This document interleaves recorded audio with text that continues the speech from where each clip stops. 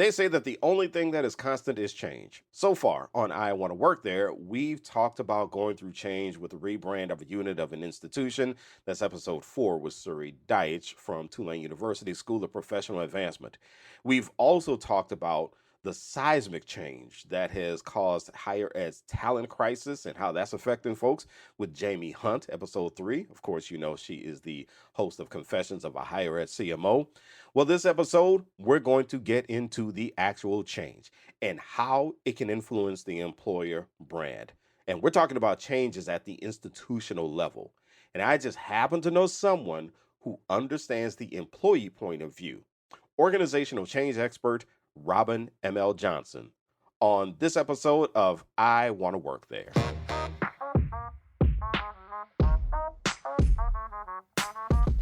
No matter the institution, company, or organization, everyone wants to find the best talent, and everyone wants to keep their best talent. Higher education is no different. I'm Eddie Francis. I've worked in both talent acquisition and higher ed marketing. On this podcast, we're going to explore the ways to create a great experience for faculty and staff on your campus. Because in education, a great employee experience equals a great student experience. And who doesn't want that? We'll have some honest conversation, get insights from experts, and hear success stories from campuses. It's all about developing an attractive employer brand, something that'll make the people say, I want to work there.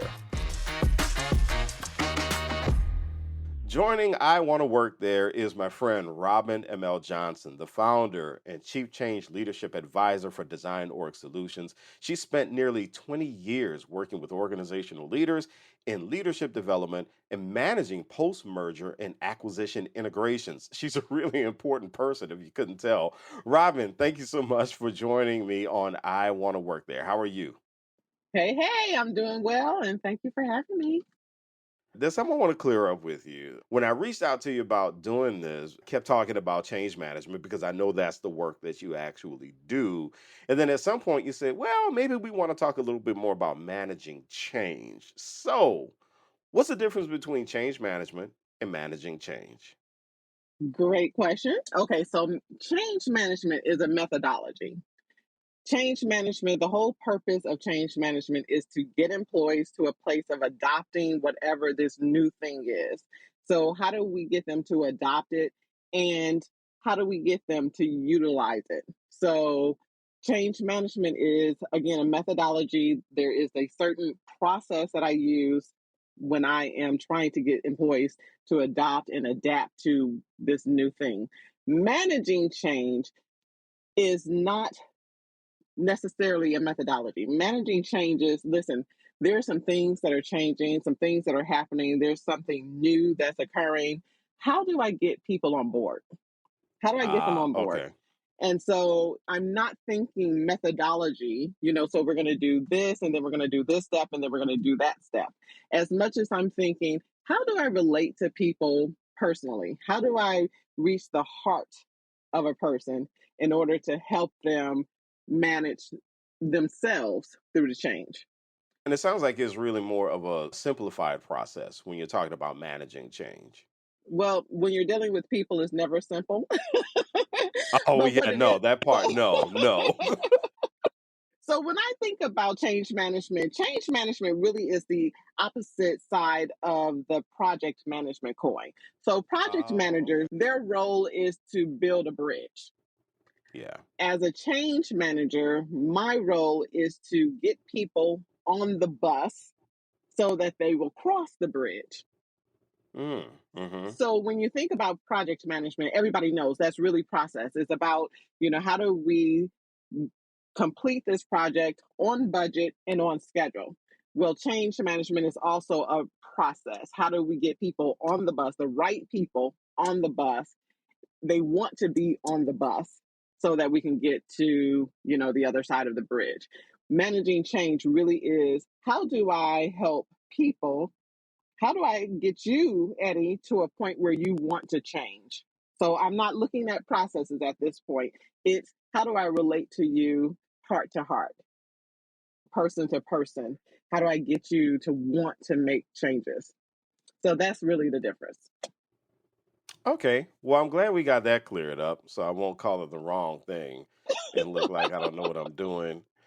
So, Robin, the reason I reached out to you is one of the things that I have noticed when there is some sort of a change in an organization, whether it's a change in policy, whether it's a change mostly in leadership, or, whether it's one leader or a group of leaders, one of the things that I've noticed is that it really does, in some cases, or at least in most cases, it influences the way employees engage with the company or the organization. And it even influences whether or not those employees have a certain perception of that organization. So, my first thing is this first question: when an organization experiences some sort of change, what are the types of major changes that you have noticed in your work that would affect employees the most? So, major changes, always leadership, because with new leadership comes possibly new processes, new policies, a new culture. New leadership may even bring in their own entourage of employees. And so, for an existing employee, it creates a level of uncertainty that they're not used to, right? So before that new leader, everything was status quo. They knew the job, they had their routines, and now this new leader steps in. What's going to change? And how is that going to affect me? So that's the biggest thing that happens.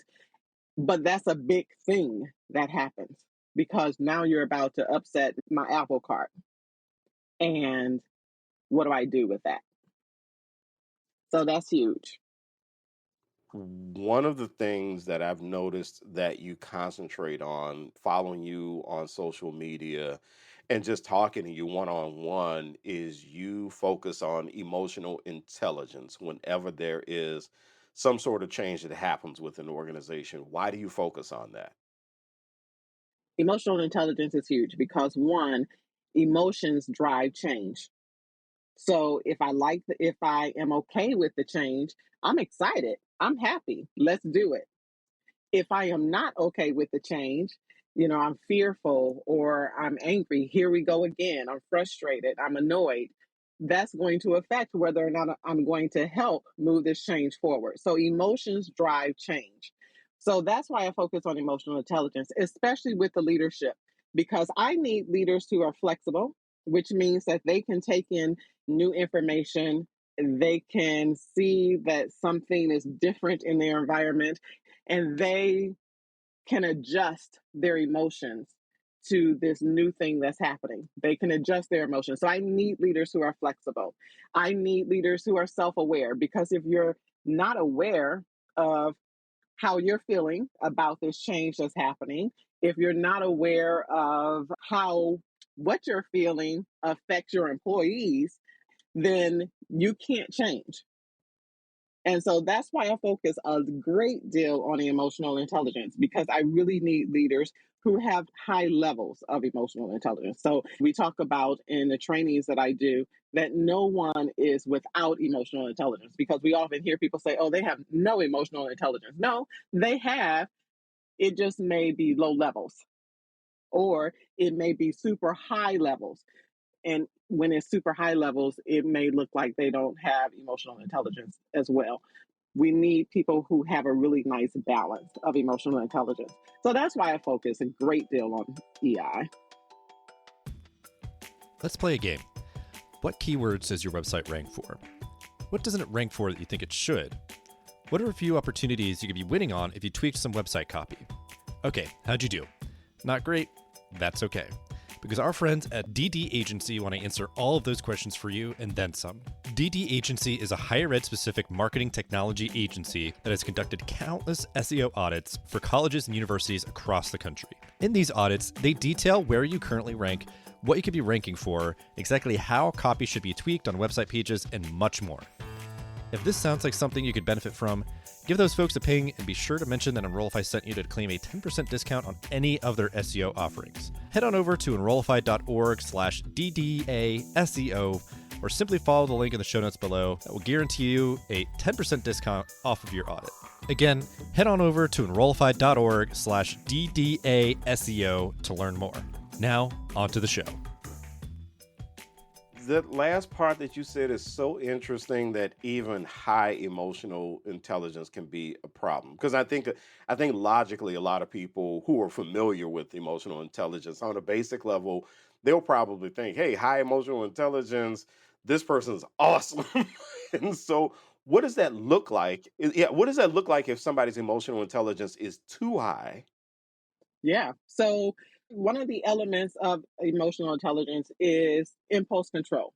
Impulse control is how well you can manage your stress, how well you can manage the situation without going off the handle. Impulse control is your ability to pause and think about what's going on and how you want to handle what's going on. Perfect example is a company that I used to work for. This is at the beginning of my career. We had a director who had just gotten off a call, which apparently angered her. She slammed down the phone, ran into her employee's office, who was the manager of this particular department, and she slammed his door behind her and went off on him. She used the F word like 100 times. She just berated him up and down. And she was so loud. So when she slammed the door, everybody in the office kind of looked up and said, "What's going on?" And people actually ran to the door because they wanted to hear what was going on. But even if you hadn't run to the door, she was so loud, so angry that you would have heard her from your desk anyway. And I'm telling you, she demeaned this man like crazy. And the following day, he came in and he resigned. And he was a father of six. So that never would have happened on any other given day, right? But the point is that she did not display any impulse control. She hung up the phone from the call that she was on and immediately stormed into his office and slammed his door. And so that would be super high level of emotional intelligence Because of the raw reaction. because her inability or her tendency not to pause Okay. and say, "Okay, I'm angry, I'm pissed, and I need to have a conversation with him, but I don't need to have it right now. Let me calm down a little bit. Let me think this through a little bit before I go into his office and cuss him out." That's really interesting. I hadn't thought of it that way. You are someone, when you work with an organization, you engage in some high level strategy, right? Yes. As you just talked about, even a high level strategy can really affect an everyday employee. So, how have you seen that influence an employee's perception of the value of their experience with the organization when that strategy rolls down to them? Well, how do we see it? Well, the high potential employees who got it going on within the organization, they know their stuff, every performance review, they're getting high ratings. Those employees will leave your organization and will leave your organization with the lower performing employees, right? So, because they're marketable, they can leave the organization. And the moment that uncertainty arises, the moment that this new leader comes into the organization, or things are starting to change and we don't understand the change or we don't like the change, your high performers are leaving. So that's how it can affect employees.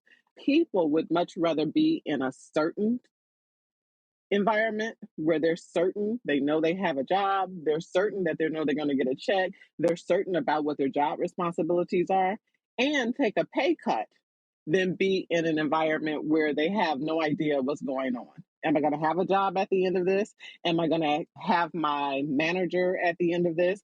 Am I going to be working with the same teammates after all of this? They would much rather leave, even if it means taking a pay cut.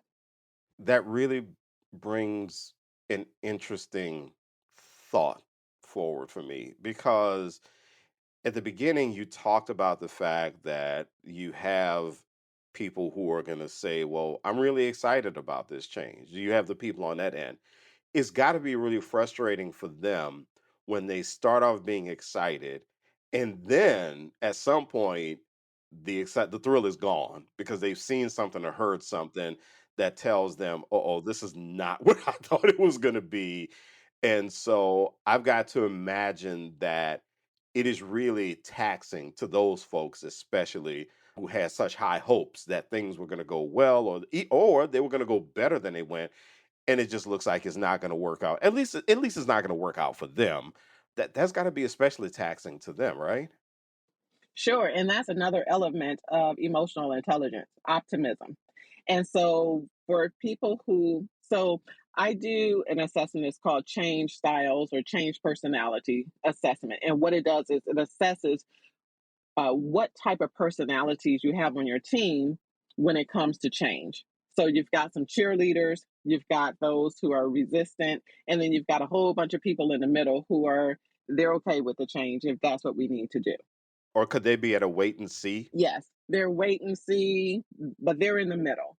And so your cheerleaders, they're highly optimistic. Yes, this thing is great. Let's do it. However, their optimism may begin to wane as they see that things aren't happening, or they're happening too slowly, or they're not happening the way that the leadership said that they were going to happen. And so for emotional intelligence, of course, that high level, that balance level is okay, this thing is happening. We're okay with it. Let's go. Let's do it. That person who operates at a super high level is saying, let's go. This thing is great. We're going to do it, even when everything looks like it's not going to do it. Like they're gaslighting you, basically, is what that super high level looks like. And when you're optimistic, everybody starts out optimistic. I mean, when they're okay with what's going on. And then again, as things start to look like they look a little shady, we're not getting the information, that we thought we were going to get. We're not getting enough information. Nobody's telling us anything. We feel like we're being left in the dark. That's when the optimism begins to decrease. This is really interesting because I'm just thinking about so many different ways leadership can go that would affect how the employee engages.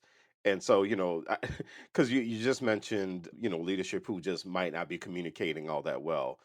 I do wonder also though about leadership who may be communicating too much. So they come in saying, "I want to be transparent," and so they start saying everything, and then you have the leadership around them going, "Hey, I wouldn't tell everybody everything. Let's slow down." So I'm wondering what kind of effect that might have. Have you seen that happen? So on the employees, it's a good thing. Tell us everything. Tell us the good, tell us the bad, tell us everything. So you cannot communicate enough to an employee who feels like they may be in the dark otherwise. So the more information you can tell them, I mean, even if the communication is this thing doesn't look like it's going to happen the way that we intended for it to happen. Tell your employees that. They want to know that. If you are a leader who is also being affected, like, so you're not the leader who's making the decisions. The decision is being made for you and to you as well. So you feel like your employees. The leader wants to know, first of all, they want to know before you communicate it to their employees so that they can spend some time thinking about it. How is this going to affect me? How is it going to affect my department? So share with your leaders. But leaders aren't always on board either, right? This thing is about to happen. I don't like this. So they want time. They need the information before you give it to their employees. So you want to tell them as much information as possible. Now, leadership may be the one saying, don't tell them this, don't share that. We don't want them to know this. And I think that's always a horrible mistake. No, tell your employees what's going on. Give them the information they need to make the right decisions for their life, right? So if this thing is not going to work out, if this thing means that 100 employees are going to lose their jobs, if this means that employees are going to have to re-interview for the role that they're currently in, tell them that so that they can make decisions, informed decisions about their own lives. Okay. So right now in higher education, we have a really interesting situation. Lots of turnover at the presidential level. The average tenure of a college president is just under 6 years, according to studies right now. There's one researcher by the name of Will Broussard, and I had a Twitter exchange with him one day. And one of the things that he cited is that up to 30% of 4 year HBCUs, historically black colleges and universities, see presidential transitions annually due to a number of factors. And he did lay out a number of factors. And for perspective, if you're talking 30%, you're only talking about 100 HBCUs. So about 30 HBCUs per year are going through some sort of major leadership change. So based on your experiences, what are your thoughts about this kind of frequency in the change of leadership and how that affects employees? That's huge. That kind of change is unnerving. That just creates an environment of uncertainty. That becomes the culture of the organization, uncertainty. Now, if you can live with that uncertainty, then you're cool. But most people don't want to live with that uncertainty, and they would much rather find something else or somewhere else to do their work. Again, high potential, high performing employees, they can go, without a problem. They'll find someplace else to go. But your low performing employees, unfortunately, they're kind of stuck, right? Because they can't leave as readily. And so they're left in a situation where it's just always uncertain. The culture is uncertain because, of course, the leader is the one who creates that culture. What behaviors are going to be tolerated? What behaviors are going to be rewarded? Well, if you're changing leadership every year, that changes every year, right? So I don't know how to act. I don't know what I need to do to I don't know, be promoted or get a bonus. I know I'm talking corporate here because I don't think faculty get bonuses. Do they in academia? Yeah, higher education, we don't believe in bonuses and stuff in higher education. So Oh, okay. Okay. So I'm being facetious, but I mean honestly, so there's an earlier episode of the podcast, episode 2, and in that episode I talked to Kevin McClure, this professor who he actually studies organizational change, and one of the things that he mentioned in that episode is that higher education has a way of kind of laughing at people when they say they want pay increases. And I have experienced that. I have had someone almost literally laugh at me when I've asked for an increase in pay. So yeah. wow. Yeah, so we don't do Okay. that. So whatever that reward is in academia, you don't know what you need to do to get it because every year there's a new leader with new standards, with new, ways of what looks good to them. The other thing is what projects are going to be taken off the table, right? So a leader comes in with their own agenda. What projects are they willing to get behind? What projects are going to be taken off the table? So, again, if I am the department head, I don't know what's going to happen to my department. I don't know if I'm going to be the focal point for this new leader or if I'm going to be pushed to the back burner. It just all comes down to uncertainty. I don't know what's going to happen to me, to my department, to my employees. Are we going to be, will my department be cut because it's no longer a focal point? That's how people are impacted when you get a new leader every year. Yeah, and it's really hard for an employee to be a true cheerleader of their institution if and unless in academia, people hold on to jobs for a very long time. So you have people who try to work at a college or a university for 10 years, 20 years, 30 years, as long as they can go. Not to even mention your tenured professors who just try to stick it out as long as they possibly can. On the level of the administrative assistants, you often see people who are at a college for 10, 15, 20 years.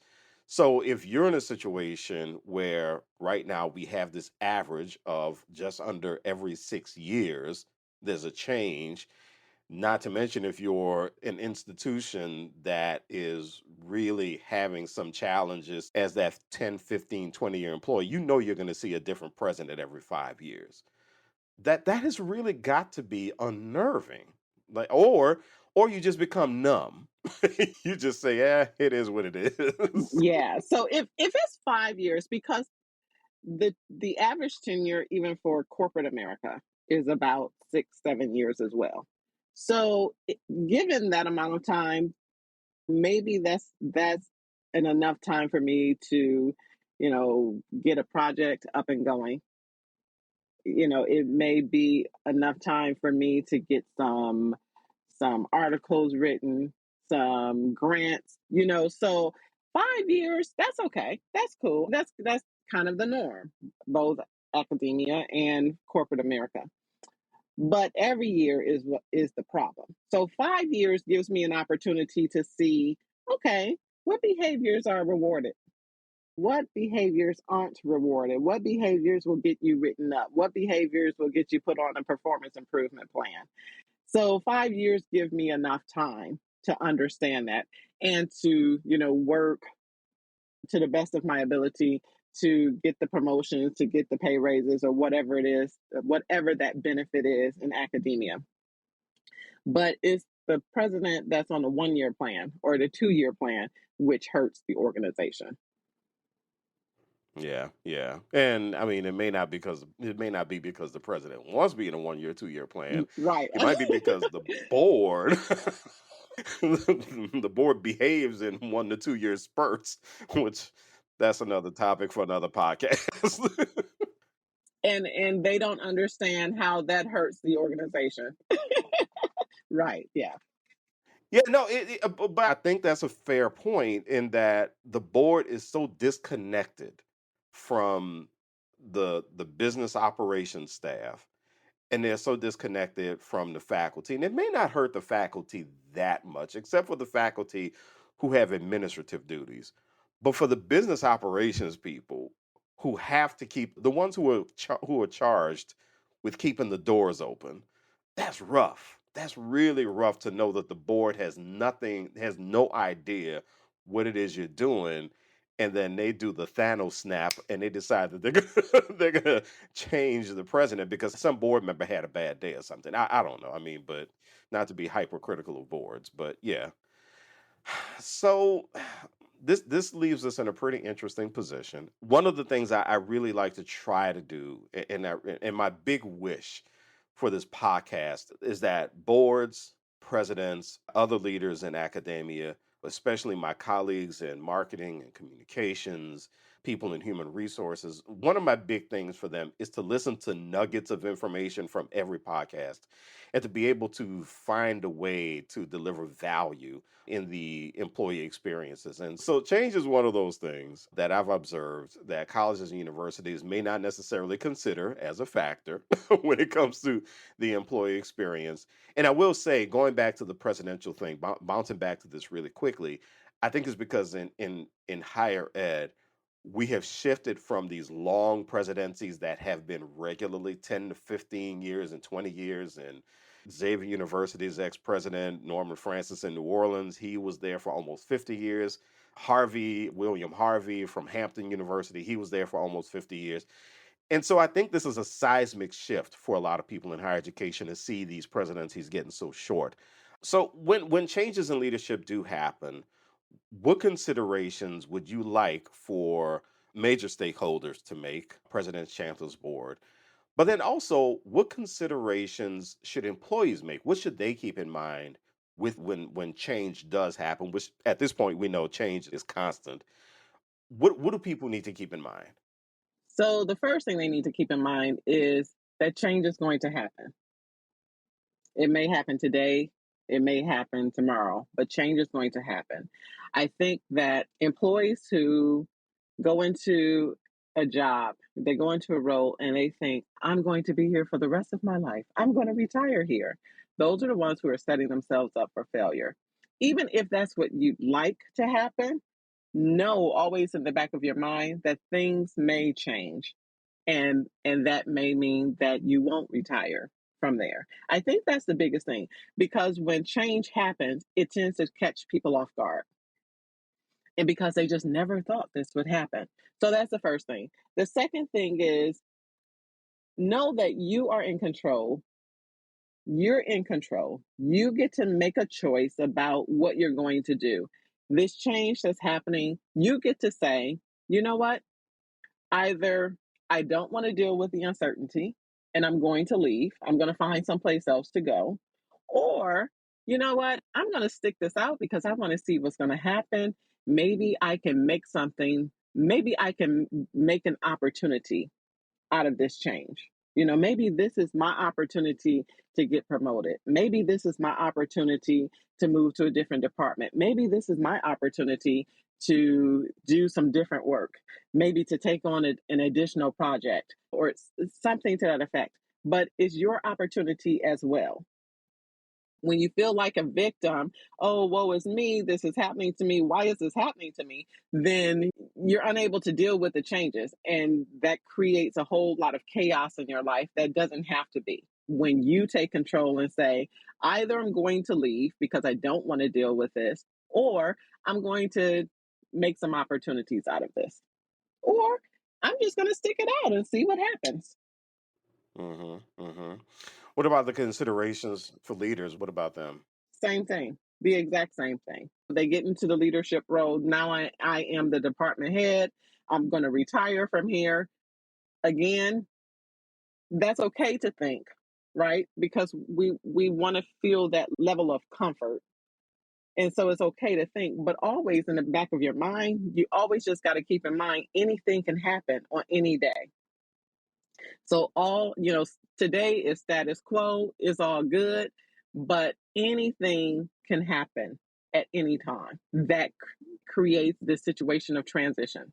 There are endings and beginnings happening all the time. And just know that this may come to an end way sooner than I wanted it to come to an end. And what am I going to do about it when it does? Robin M.L. Johnson. She's the founder and chief change leadership advisor for DesignOrg Solutions. Robin, thank you so much for joining me on I Want to Work There. You're welcome. My pleasure.